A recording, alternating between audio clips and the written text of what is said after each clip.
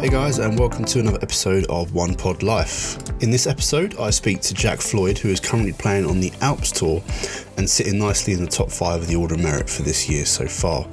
After serving as a captain for Sussex County, leading his team to the 2013 Southeast England Foursomes title, Jack went on to JMU in Virginia, not too far away from Washington, for 4 years to craft his game.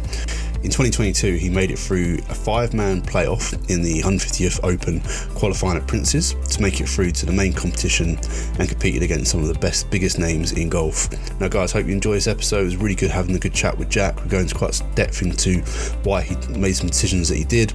And I think you guys are going to enjoy it. Please welcome Jack to the podcast.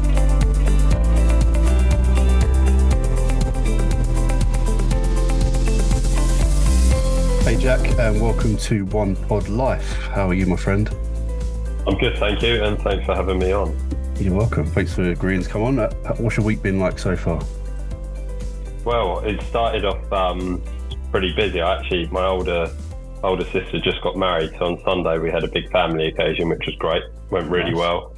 And then obviously it's been straight back to it. I'm off to Austria next Tuesday for the next Alps Tour event, so it's all been prep work for that. No, good stuff. Okay, well, let's start from the beginning. Where did it all begin for you with your golf journey? Yeah, well, I think mainly if we get into sort of the competitive realm, sort of just county junior days, I think under 14 level, and then sort of made my way up through the county, entered some regional bits. And then after that, sort of fed into the American college system. So when did you actually first ever pick up a golf club? I'd like to say I was very, very young. I want to say sort of 6, 7. But I didn't properly take it on until I was about 12, 13. Right, okay. Was there a reason? Was there any influence from family or anything? The reason why you picked up the golf club, or was it just so my dad took me up to the golf club from a young age. He was a member of our local town course, which I'm still a member of, Haywood Golf Club, and sort of got the bug for it. I still played football up until the age of 12, 13. Obviously, as I just mentioned, didn't really get stuck into it properly until that age. So sort of golf and football were on a level par with each other, but sort of come the age of 13, golf really took the forefront. Okay. And what would you say was the catalyst for that coming to the forefront over football? I think back in those days when I was slightly younger, obviously you get the summer holidays and things from school, and obviously at that sort of time of year, golf becomes quite a popular sport. A lot of competitions going on. A lot of people spend their time up at the golf club. I sort of got the bug for it, I think, at that point. And I think I'm being honest with myself. I realised I was never going to make it as a footballer. So as we all do at some point in our lives. But I still enjoy playing it now and then. Like, not that I do much of it now at all, but obviously follow along with it as everyone does.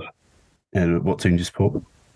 I'm an Arsenal fan, so it was going brilliantly and starting to slip right now, but fingers crossed. There's a God up there who can pull a few strings for us. Yeah, I'm a Man United fan, so I can't decide if I want you to win or Man City. I can't decide. Okay. Well, as a United fan, I'd like to think you'd like Arsenal to win. Yeah, I would, a little bit. But then, you can't have the same City rivals beating you. No, that's true. Or winning the Premier League for God knows how many more times in the past sort of 5-7 years. So our time's coming back. We'll be there. Don't worry about that. Yeah. But cool. So, like you said, you mentioned that you obviously at the age of 14 you started playing a lot of county stuff, and you played for Sussex County squad quite a bit actually. Where you actually served as a captain as well at some point. So, those early years of playing county sort of golf, what was you up to really, and that experience of being in that environment, obviously as a team, what was it like? I think it puts you in a very good position because you have access to some good quality coaches around your area, not just sort of swing coaches, short game coaches, but also sort of, I remember we had some like sports psychologists on board, things like that. And just being a part of a group of guys the same age who are very competitive and almost trying to beat each other. The same nowadays, but obviously you're trying to say the under 14 squad, you're trying to become the captain of the under 16 squad. Typically, the best golfer or someone who stands out from that age group is going to become the captain. So everyone was trying to achieve little things. But at the same time, you're travelling around counties, playing match play. Don't get me wrong, I remember going to those games and wanting to win, as did everyone in the team. So it really brought a competitive edge to golf for sort of the first time in my life, that county, those county matches. So then obviously that, I guess that also taught you, like you said, you wanted to win. So it made you have to learn how to win and get the ball in the hole as little shots as possible, but just gave you the extra driving force to do that, I guess. Exactly that, yeah. And I think we're fortunate that in Sussex County, we've had some great players come from Sussex in the last few years. And also we had some great coaches and managers along the way as well. I think the manager who basically served most of the time when I was in the Sussex County junior squad is now running some of the England teams and stuff. So, yeah, I was at a good age group for all of that.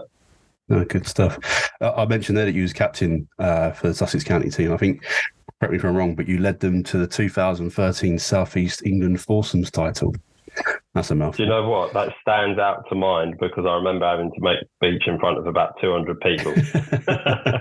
Yeah, that is true. I think I want to say it was Dunstable Downs or some course like that. I may be wrong. You may have it in front of you. I'm not sure. No, I don't know where it was. I just saw that. I think it was at that course actually, and I remember winning that. That was the first real sort of. Obviously, a lot of counties in the area are strong, and I don't think Sussex at our age group have won anything for a while. So I remember winning that was quite a big thing for us. Great couple of days, and the thing that stands out to mind, as I just said, was making that speech in front of first real speech in front of a proper audience. So yeah, it was a good few days. How old were you at that point? I must have been. I want to say sort of 14 or 15, maybe. Wow, that's quite daunting for a 14, 15-year-old to do that in front of 200 people. I think so, yeah. I mean, obviously, throughout the years, as you make speeches, I guess the good thing about golf is growing up is when you, obviously, at the end of tournaments, typically the winner makes a speech. So sort of even at that age, I'd listen to a load of them. So you sort of get into the groove when you're doing it. But when it's obviously quite a few people that you don't know after you've won something, which was quite big in the grand scheme of things for us back then. It was a little bit daunting, but it was fun. I love it. So you come out of, I'm obviously doing that with the county squad. I guess you've now got a decision to make when it comes to, do you stay in the UK and try and work your way up through the amateur ranks here, or do you go off to university or college, depending what you want to call it, over in America?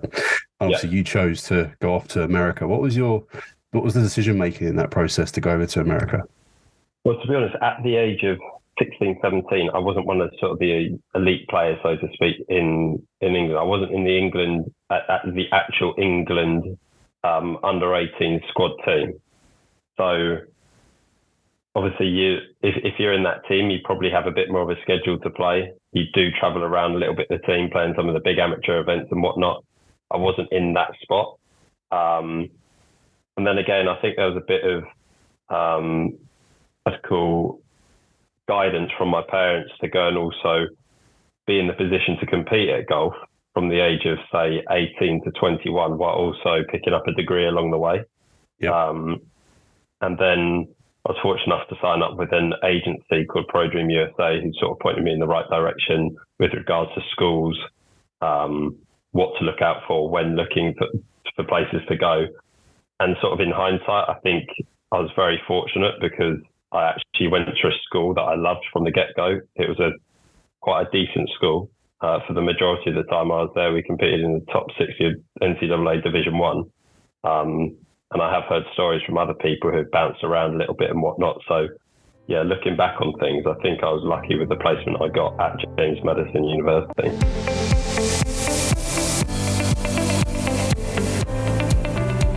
What was that like, just shipping out by yourself at sort of that age, going off to America?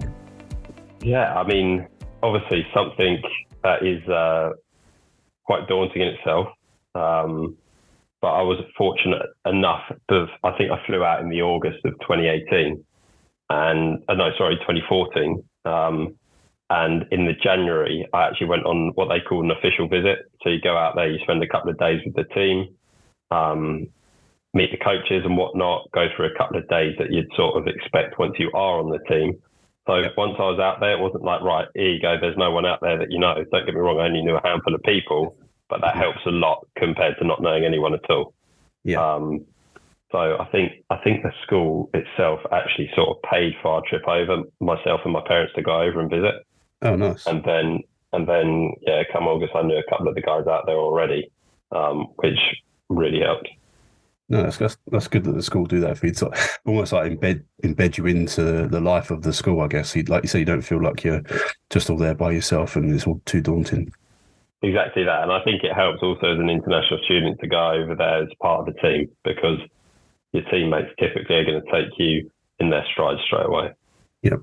And I guess as well, going and do that with the university is probably an extension of playing for the county. So you're back in that team environment again, where everyone's pushing each other. You're travelling around. You want to beat the schools that you're going to. Would that be a fair reflection and say that's how it was?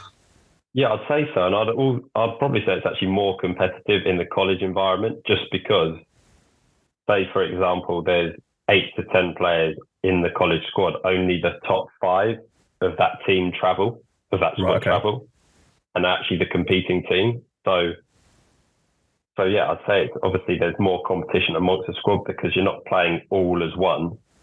You're trying to compete against each other to get in the top 5, but then once you're in the top 5, then you're competing for the team. So, yeah, I think the county squad route definitely helps you for being a part of a college team. But I definitely think being part of a college team is more competitive. Okay. I didn't realise that only a certain amount of the squad actually went and played, and I thought you all went and that was it. No, yeah. So I think every college event there's only 5 players per team, and I mean I think at JMU the team range from, as I said, 8 to 10 players, but I know there's other teams in the US where it can be a lot larger than that. Yeah. Was there any time you wasn't picked? And if so, what did you feel like? Yeah. I think my second and third year, I played pretty much every event, but there's definitely parts of my first and final year where I didn't play. Okay. I think mainly the first year, if I remember correctly, it's obviously because everything was quite new. I wasn't maybe as a developed player as I may have been in the second and third year. And come my final year, I probably focused more on getting my degree sorted and doing well in that. Maybe not more, but put more stress towards that than maybe I had in the first couple of years. Yeah. Than playing as good as golf as I could. That's just normal uni life, man. I did exactly the same. Pretty much, yeah. 2 years of having fun, then 1 year. But hold on, I actually need to graduate, get out of it. Exactly. No, I like it. Well, it said in your senior year, as they call it, that you actually battled with an injury as well. But I just wondered what was that, and then how did that affect any of your playing commitments as well?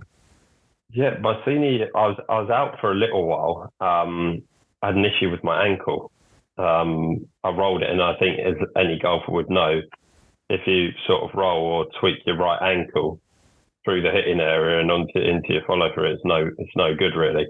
No. And I just remember that being quite an issue. To the point I was sort of in the physio centre for quite some time. I think it was about a month, maybe 6 weeks, trying to get it sorted out.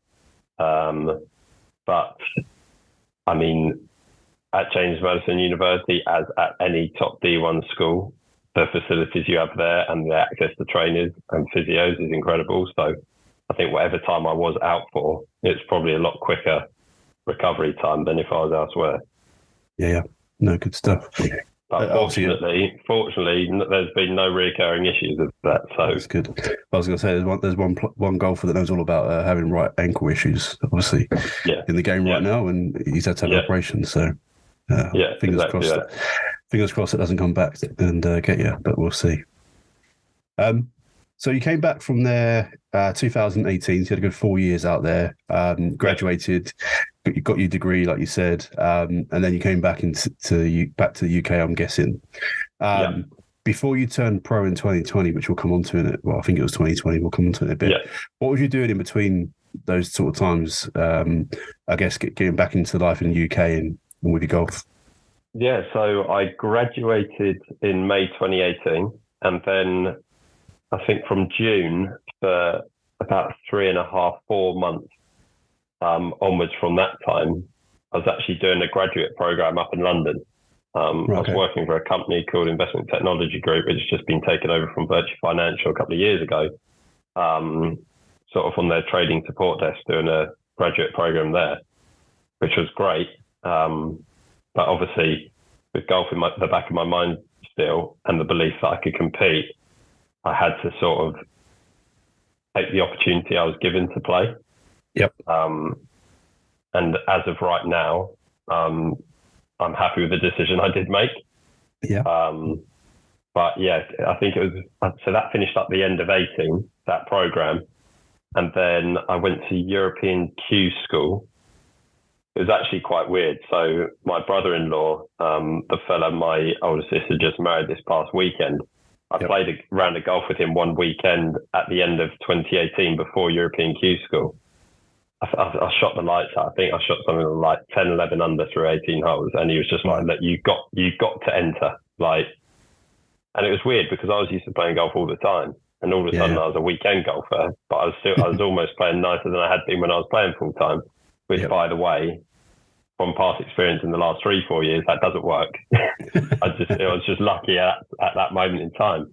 And he sort of persuaded me to go to European Q school. I got through first stage, got the second stage out in Spain, didn't quite make it through, but getting to second stage of European Q school put me in final stage of Alps Tour Q school. And at Alps Tour Q school, I got my card at the end of that year.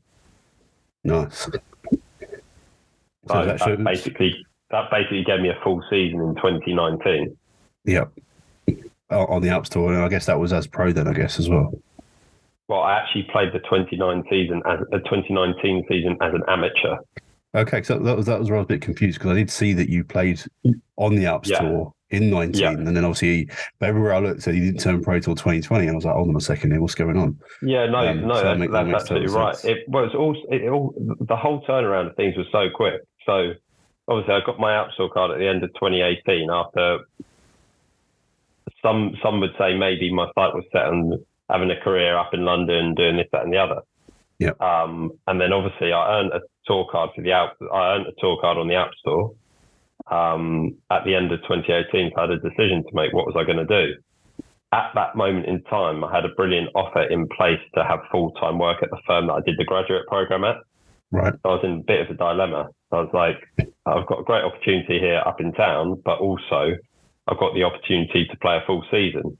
Yeah. So I didn't know really what to do. Fortunately enough, the guy who was the director at the firm that I was at sort of pointed me in the direction to go and give it a go, and said that there will always be an opportunity there in the future if I needed. So that was when I made the decision to play a full season in 2019. But obviously I played as an amateur. The reason I stayed am, I think because mainly my father said, look, why don't you play 2019 exam? If you like it, great, carry on, turn pro, do what you need to do. But if you turn pro for 6 months, realize it's not for you or it doesn't quite work out, then it may take you 2 years to get your amateur status back, and then you're missing out on a lot of golf there. So it's something that never really crossed my mind, but in hindsight, it was a great thing to be able to do. Mm-hmm. And fortunately, I was in a position at that point where I could do it without many financial worries, because at that point, my parents were helping me. Okay. So like you just said, you had two real clear guidances there. Well, I mean, one from the guy, obviously, that was trying to get you to go work for him. I mean, that was not really nice for him to actually say to you, no, look, go do something that you're really passionate about. And like you said, and the door will always be open. And then that advice from your dad to, just say, look, just go see how you get on, see if you like it. And then obviously it's worked out quite nicely so far. Obviously that then made a decision to turn pro, I guess, after that year.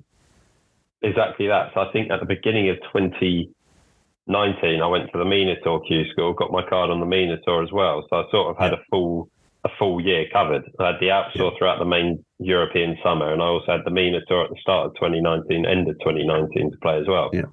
Had a sort of a full year, had a couple of decent finishes, and then obviously made the decision to turn pro at the start of 2020 a little easier. Yeah, and then obviously then COVID hit, which put a spanner in the works in quite a few things. That's it. And then the first 2 seasons of really my pro life were pretty short-lived. Yeah, but then coming out of that, obviously, last year, you went to the 150 Open qualifying at Prince's. Yeah. And you actually got through to the final stage of that, where it ended up being a 5-man playoff to get just the one card, I believe, was it? That was left. That was it. Yeah. So it was 5-man playoff for one spot at the Open. Yeah. That's a bit tense, isn't it? Yeah. Luckily, though, obviously you made it through. As you was going through that playoff, I mean, that must have been a mix of emotions. And what was that experience like going through that, and then coming out the other end, knowing that you've won, you're now going to play at the Open? What was all that like at that moment? Well, I was one of the first to finish on that day. I was one of the earliest tee times that morning. So I think I had to wait 2 hours to find out that I was actually in the playoff. Okay. Once it got to the point that I knew I was in a playoff, I said to myself, right, this is really easy. You either crack on here, put your head down and hit a few shots, because otherwise, 1, you've missed out on a chance, and 2, you've got no hope at playing it, competing or hitting a tee shot at St Andrews if you can't hit a tee shot in the playoff to get in there. It's to get in the Open. So that was really my mindset entering that playoff hole. I was standing on the 10th, it was the 10th tee at Prince's, which was the first playoff hole. I said, look, deal with this situation, because otherwise you've got no hope when you actually get there. And it actually sort of calmed my mind a little bit. Yeah. Unfortunately, I hit 3 brilliant shots, great drive, great 5, and hold a 13-foot putt to get in. And nice. It was a tricky hole. And won with a birdie on the first. So and everybody else parred it or worse? Yeah. Wow, okay. That's very, well, I'd say that's very unknown for a 5-man playoff for only obviously one person to birdie on the first playoff hole. That's amazing. Someone told me a weird stat throughout the day that there had only been something like 2 birdies throughout the whole day. So the hole was playing very tough. And I actually had the 13-foot putt I had for birdie. Everyone else had played their 3rd shot. Right, okay. So I knew it was to get in. It must be a nice feeling. It was a great feeling to have, but I was like, right, here's one opportunity that you sort of practice for, and for it to all go my way was just honestly such a brilliant thing. And I had my mum and dad there watching, had a couple of friends, and the buzz afterwards was just surreal. I can imagine. Wish I was there to see it, but no, I was actually there watching for a little bit of but earlier in the day with a couple of guys that we work for. So and that 10th for Prince's, I hate that hole, especially because it's on that obviously the green's on like a bit of a bowl, isn't it? So that's the issue. The green, you sort of had maybe a 20-foot gap to hit it, otherwise it falls off right or left. And then when you're hitting at that point, as I said, 8.5 iron in, I think it's about 190-ish, but into off the right. That's quite a narrow target to hit. So for it to come off and work for me was it was the right time for it to happen. Oh, fantastic. And then a month later, you find yourself at St Andrews. That's it. Yeah. Well, literally, it was the quickest turnaround. I think I qualified on the Tuesday. Yep. And I want to say 2 weeks that Thursday, that's when I teed off in the Open. Yeah. Wow.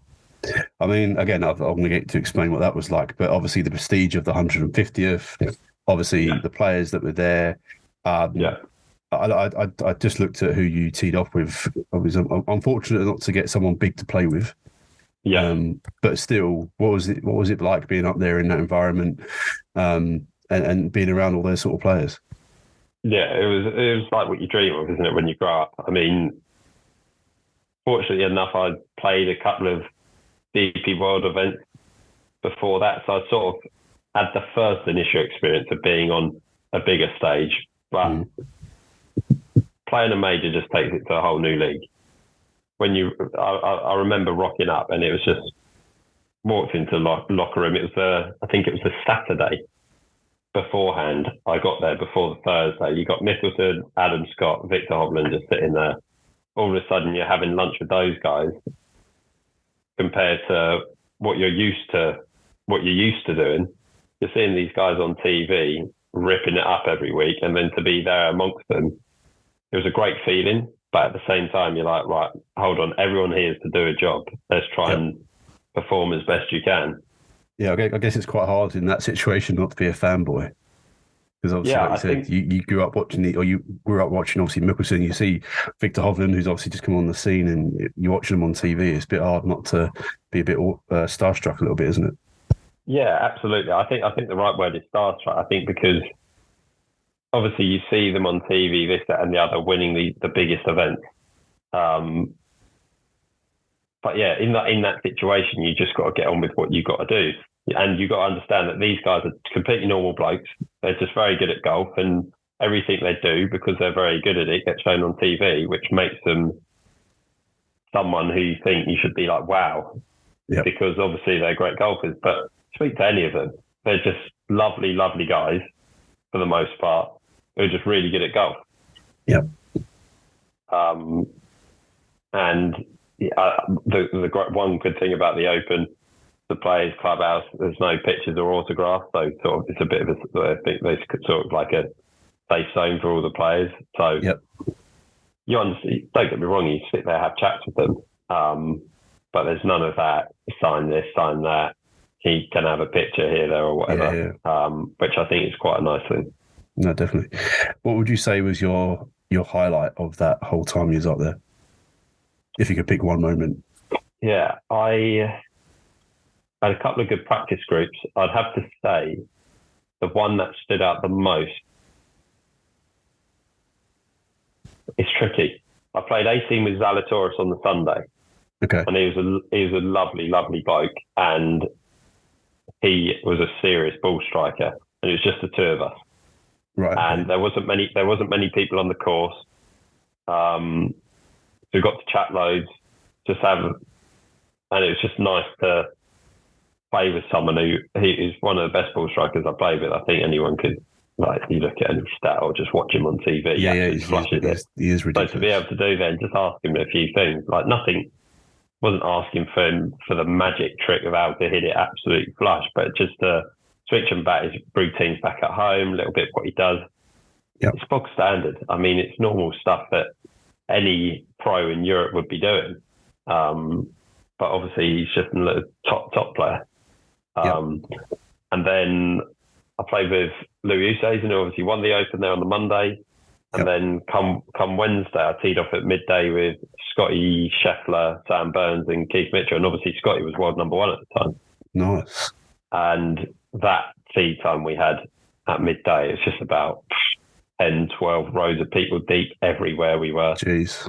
And it was just, it was full on. But that was probably the busiest crowd I played with in front of the whole week, just because obviously him being world number one just brought a few more people to that tee time. No, definitely. I mean, you couldn't ask for more, could you, really, playing with world number one at a practice round in a major? And like you said, pick his brains.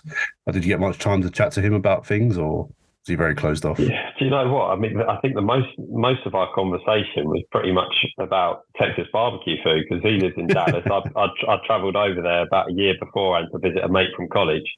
Yeah. And we were just talking about a few restaurants, different places in Texas that he enjoys going to.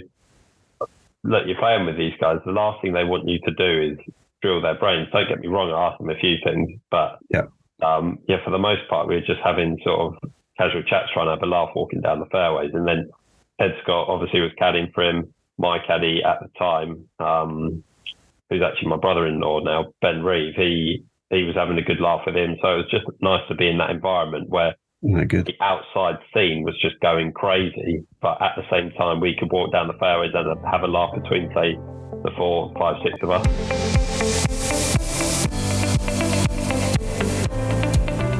Now, unfortunately, you didn't quite make the cut on that one, but I'm sure there'll be more chances in the future. Do you know what? Like looking back at it, the start of that year I played okay, and then leading up to Open qualifying, I wasn't playing my best.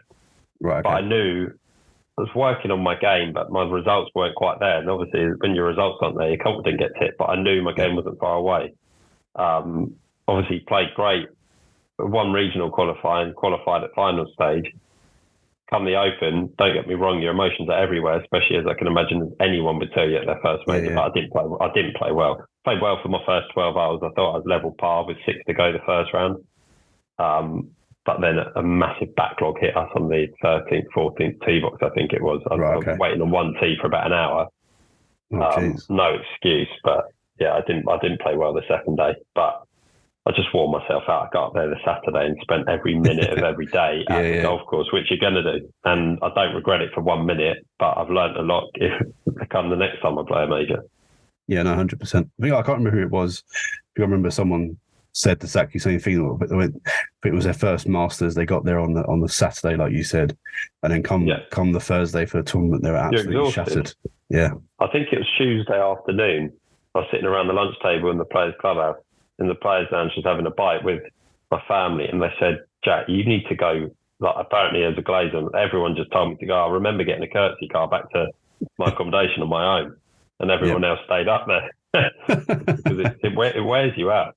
Because obviously, definitely. I think, as you said earlier, you do get, I guess, starstruck a little bit, but not necessarily by the players, but the whole surroundings, how big the event is, and for everyone there, how much of a buzz it is, a buzz there is. So, yeah, definitely learned a few bits for last time, and I think I've talked about that with my coaches as well.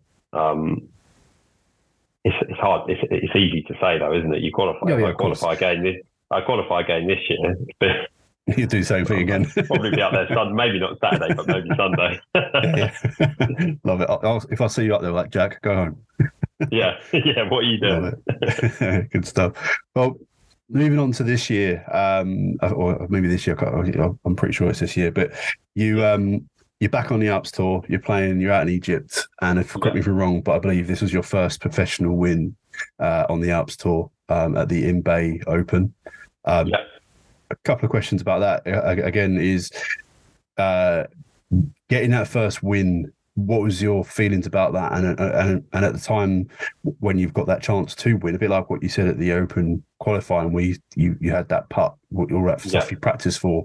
What was that experience like for you? And I guess what was once you had that first win under your belt, did it just make you relax and let the wheels go off, I guess?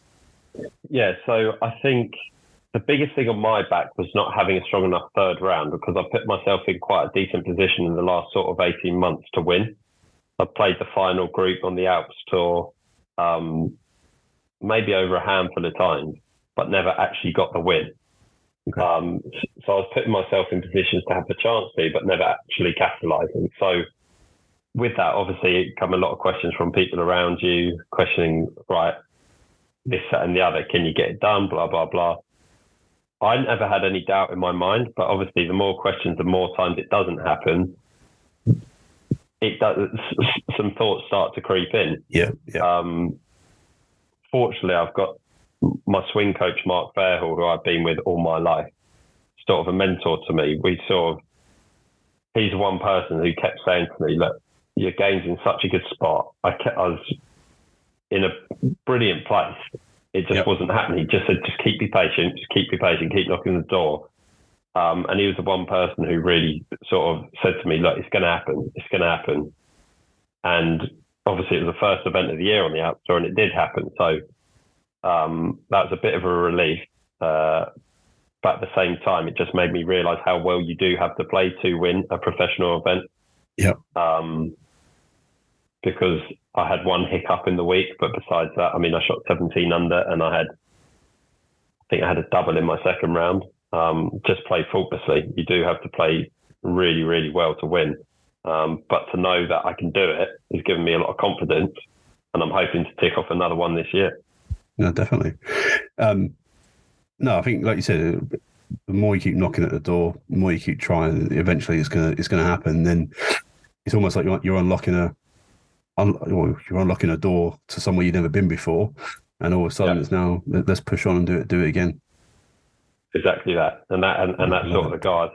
I had a couple of goals set out with all my coaches at the start of the year. One was to win multiple times, I have won a pretty decent sized pro-am since then. But I really want it to be 2 wins on sort of the tour circuit. So still haven't quite achieved that, but yeah, that's one of the goals on my list for this year.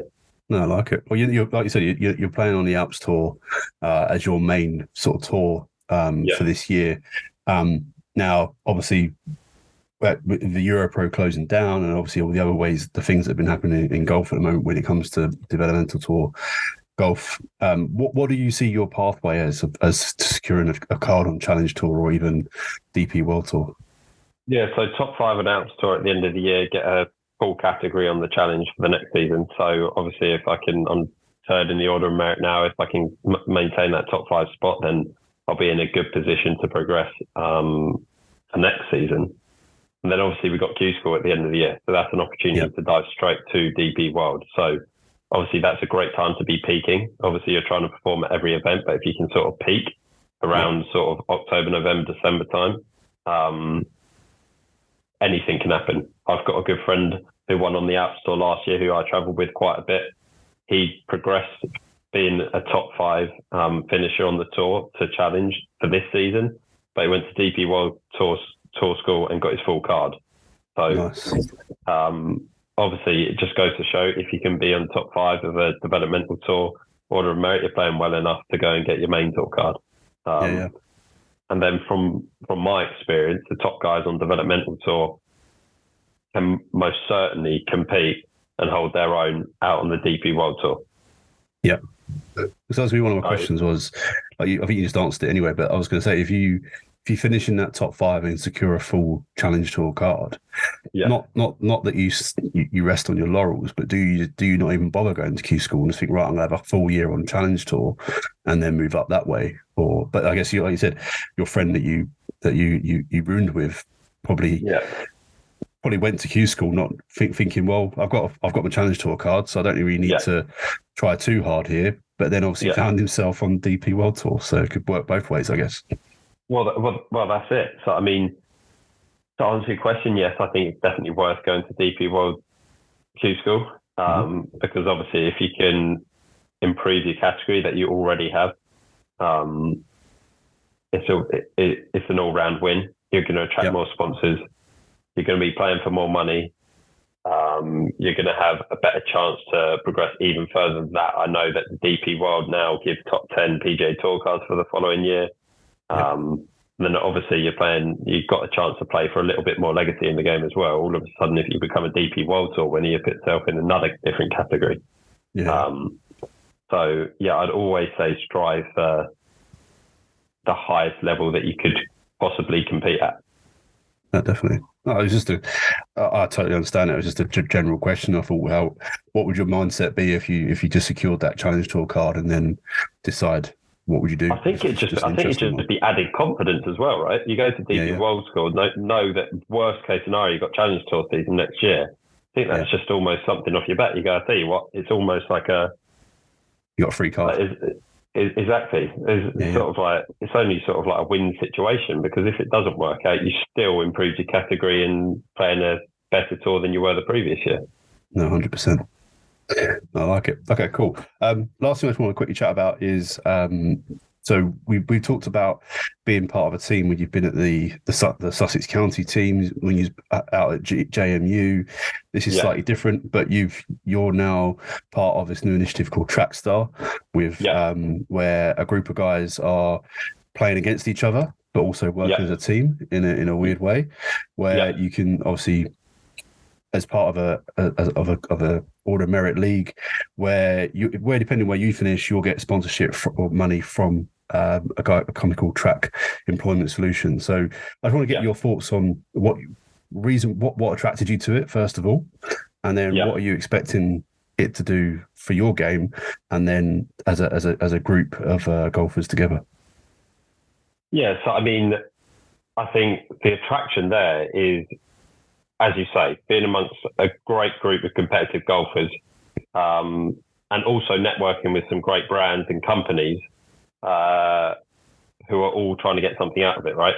So, I mean, us as players, it's added competition. We're playing for an order of merit at the end of the year, whereas you said kindly Track Employment Solutions are going to be giving, say, bonuses, shall we call it, or sponsorship money to us players, ranked in order of merit order from 1st to 8th, because there's 8 of us. So I think that's an added incentive. But at the same time, I think throughout the year, obviously the Trackstar network is going to include some sponsorship days and event days with different brands, with the title sponsor itself, bring everyone together, not just on the golf course, but also outside of the golf course, right? Doing things where we can have a bit of fun, which doesn't necessarily include the competitive sport that we play, because all of us players are totally consumed by golf. So being able to do something outside of the competitive realm is good fun, even though those days, from what we've talked about, are going to be slightly competitive in some aspects. Yeah, no, definitely. So obviously bringing a group of guys together who will have the main goal of winning on tour, becoming as good as they possibly can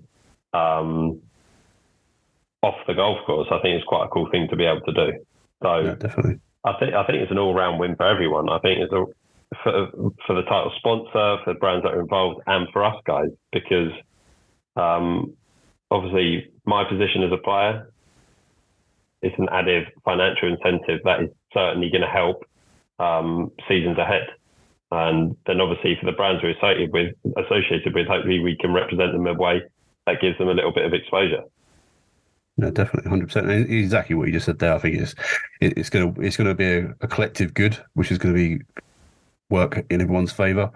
And yeah, I think it brings golf. It's not a lonely sport. It's obviously bringing you all together and making it a bit more inclusive, and you guys can just gel off each other and make it really good fun. Well, that's it, exactly. And even up until now, just little players group chats who are part of Trackstar. Just nice to say well done to people and things like that when they do something great, because sometimes it can be, you can do something and not necessarily be noticed by other people or feel noticed by other people who you are competing against, because ultimately we all want to beat each other. So that's quite a cool thing about it so far. Like, for example, Dave Wick's obviously getting his Sunshine Tour card recently. That's brilliant for him. No, definitely. And it's nice that we can say to him, look, congrats on a great start to the year and sort of your season ahead, but he's got it mapped out. So it's a pretty sweet thing to be a part of. Good stuff. But right now you are the only winner on Trackstar, so let's try and keep it that way. Exactly. So I'd love to keep it that way. Hopefully I can add to that tally and keep it that way. Add to it. No, good stuff.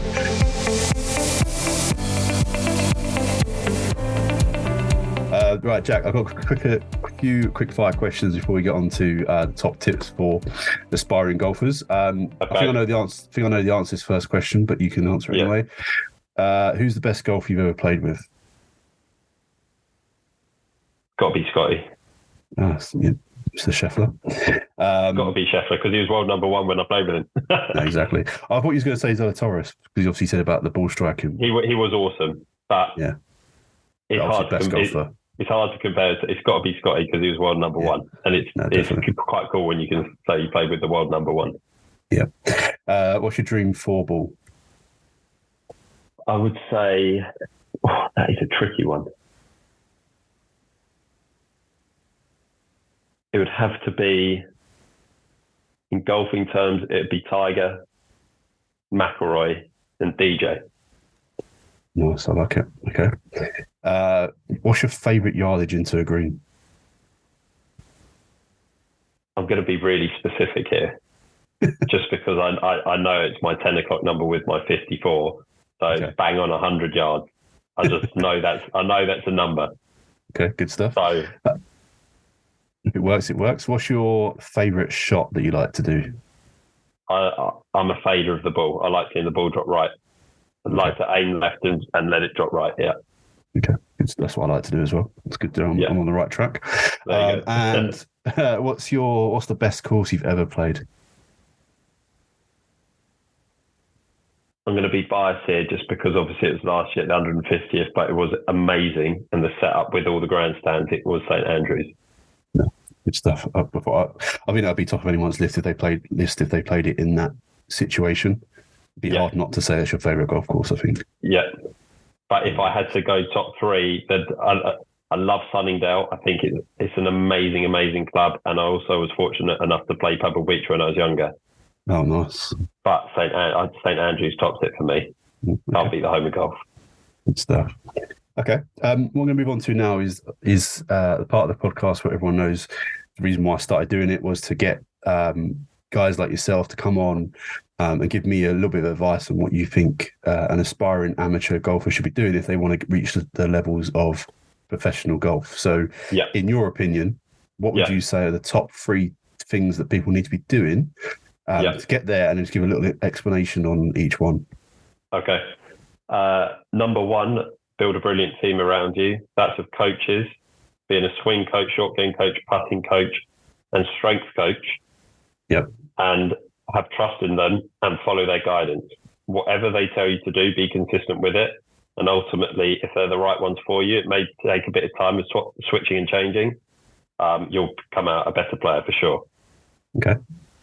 I think what feeds onto that is this number 1 point is also find a group of sponsors who you're close friends with, who can communicate with well, spend quality time with them, and try and represent them in the best way that you can, because ultimately golf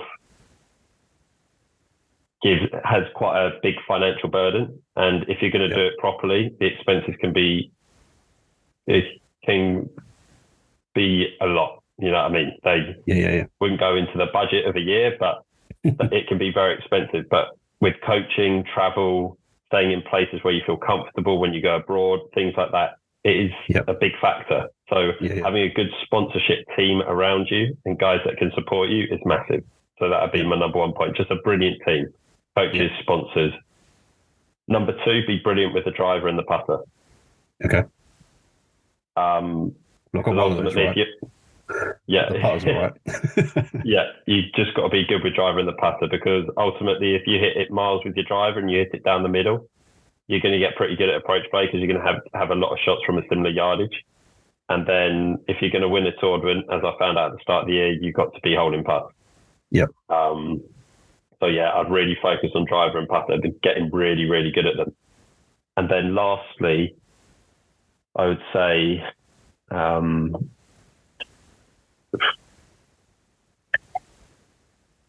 something that I've certainly incorporated into my life for the last 4 or 5 years is be in a great space with your fitness. Be conscious about what you put in your body, how you treat your body, how you train and recover, and don't be scared to bring someone on board to help you with that. Okay. Because ultimately golf is becoming a more athletic game, and as a result, we've got to treat ourselves more like athletes. Yeah. I think if you speak to anyone who knows me well, who's travelled with me on tour, some would say I'm a little bit obsessive when it comes to training, food and things like that. But I think it's really helped me. It's helped me stay focused. It helped me keep my energy levels up throughout tournament week. And I'd say that's huge. So I'd say build a great team, brilliant with driver and putter, and look after yourself. Okay, I like it. With the driver one, this is more a question for myself as well, really. Is you mentioned it earlier, you like to see a fade where it goes out left and drops right. Would you say get good at hitting one shot? Yes. And then stick 100%. To that? Or okay, cool. Yeah. Just be really good at hitting one shot. Yeah. Because ultimately, what my coach always says to me, he said, look, if you don't like a hole, there was a certain hole last year I remember saying to him, I showed him in the course guide from a course guide I had from the previous season. I said, look, I just don't like this hole. He goes, well, hit 4 iron to the end. If you've got to hit a 6 iron, 5 iron into the green, fine. But if you don't like it, you've got to have 100% confidence on every tee shot that you hit. Yeah. Especially if there's some risk involved, given hazard, OB, one side or the other. Don't hit a club that's going to bring doubt into your mind. But ultimately, if you get good at hitting one shot shape and seeing the same shot every single time, you become more confident with that club. And those, say, holes that look put you off a little bit, you can normally stand up on those tee shots and be a little bit more confident. So, yeah. That's actually really apt for this week. I was on the 18th at Luton Hoo, played it 2 days in a row. I hated that hole. because it's a drawer's hole. And so I was trying to draw the ball, and obviously Snap hooked it into the trees, hit it out of the hill. I'm in so much trouble. So I think there's one of the reasons why I asked you that question is should just get good at one shot and stick to that no matter what. 100%. I think there was a video that was released with Claude Harmon, DJ, not so long ago. Okay. And Claude said to DJ, did you hit a draw? Like, is there at any point do you try and draw your driver? He goes, no. He goes, have you hit a draw this year? No. So DJ, he's a fader of the ball. He aims left, sees it drop right the whole time. I think a lot of the drivers nowadays, the way they're built, the way players are swinging it, more people are seeing favoured driver, certainly. I'll send you the video afterwards. Yeah, if you could, that'd be great. It's quite interesting. But yeah, I'd say focus on one shape with the driver, get really, really good at it. And then obviously, if you are playing holes on golf courses that don't necessarily suit your eye, use some tactical work to get around that rather than trying to manufacture a shot that you're not comfortable with. Definitely, that's some sound advice right there. Well, Jack, thank you very much for coming on and giving us an insight into your world. And wish you all the luck in the future.